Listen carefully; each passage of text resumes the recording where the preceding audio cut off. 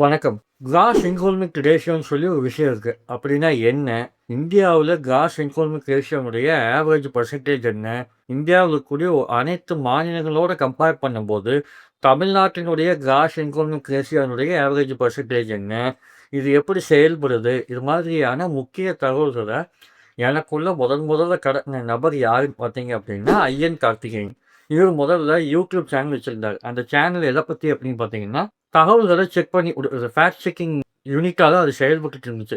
அந்த சேனலோட பேர் வந்து யூடர்ன். அவரு தான் போன ஆட்சியில ஃபேக்ட் செக்கிங் யூனிட்ன்னு சொல்லி ஒரு கமிட்டி ஒண்ணு ஃபார்ம் பண்ணி அவர தலைவரா போட்டிருந்தாங்க. வதந்திகள்லாம் வந்து அதிகமா பரவுது ஆன்லைன்ல, சமூக வலைதளங்கள்ல. ஸோ அத குறைக்கிறதுக்காக.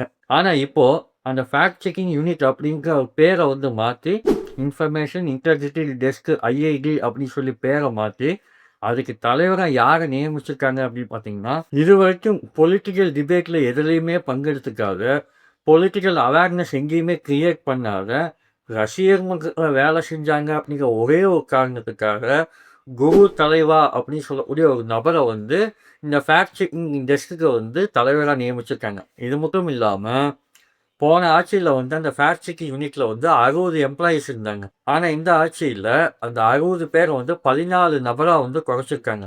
அது ஒரு முக்கியமான ஒரு காரணம் இருக்கு. என்ன அப்டின்னா, இந்த ஃபேக்ட் செக்கிங் யூனிட்டினுடைய முதல் வேலையே என்ன அப்டின்னு பார்த்தீங்கன்னா, வதந்திகள குறைக்கிறது. அது மட்டும் இல்லாம, அனுப்பப்படுற செய்திகள்ல எந்த அளவுக்கு உண்மை தன்மை இருக்குன்னு கண்டறிஞ்சு, அத வந்து மக்களுக்கு கொண்டு போய் சேர்த்தறது தான் இந்த கமிட்டியினுடைய முதல் வேலையே. ஆனா, இந்த வதந்திகள, தவறான தகவல்கள, கான்ஸ்பிரசிய இது எல்லாத்தையும் பரப்புறதே தாவேகா ரசிகர்கள் தான்.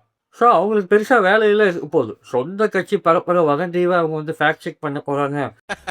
100 வருடங்களுக்கு பிறகு வரப்போகும் மடையர்களுக்கு நான் எப்படி இருந்தேன் என்று தெரியவா போகிறது? வரலாறு மிக முக்கியம் அமைச்சரே. ஆமாமண்ணா ஆமா.